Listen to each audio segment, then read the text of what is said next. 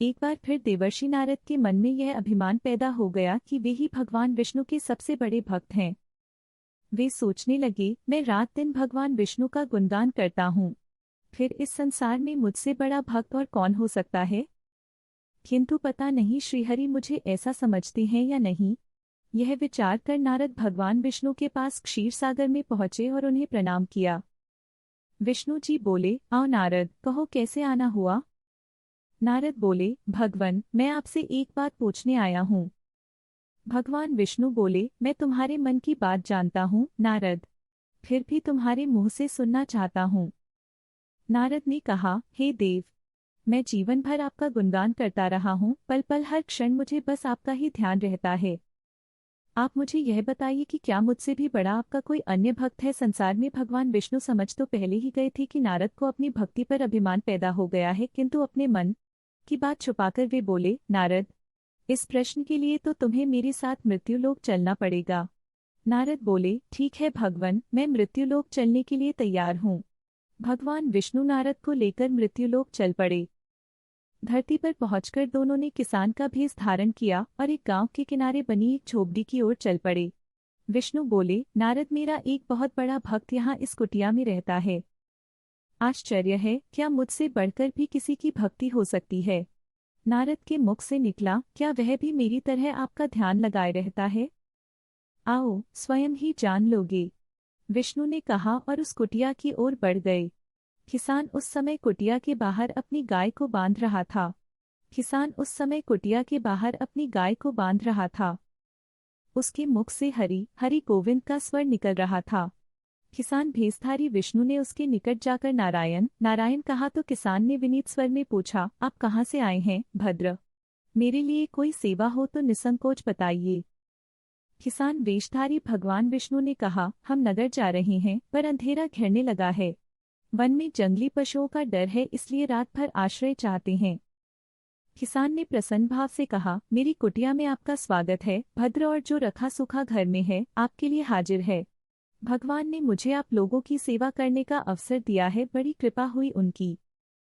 बाहर दालान में एक खटिया पर दोनों को बिठाकर किसान अंदर गया और अपनी पत्नी से कहा, देवी तो अतिथि आए हैं। किसान की पत्नी उस समय अपने बच्चों को भोजन परोस रही थी।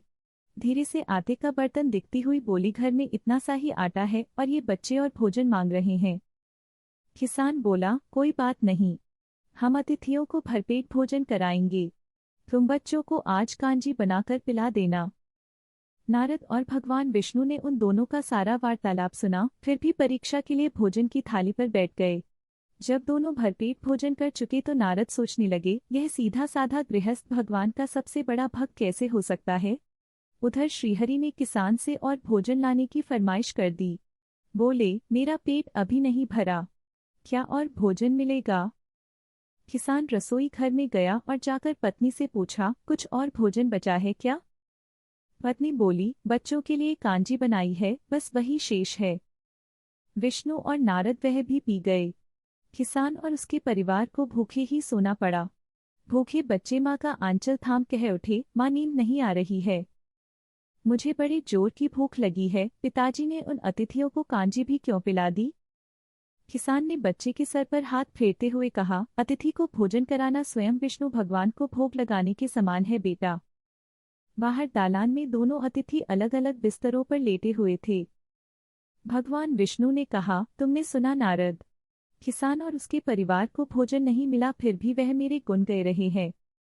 यह तो कुछ भी नहीं है, मैंने तो कई कई दिनों तक भूखे रहकर आपका स्मरण किया है।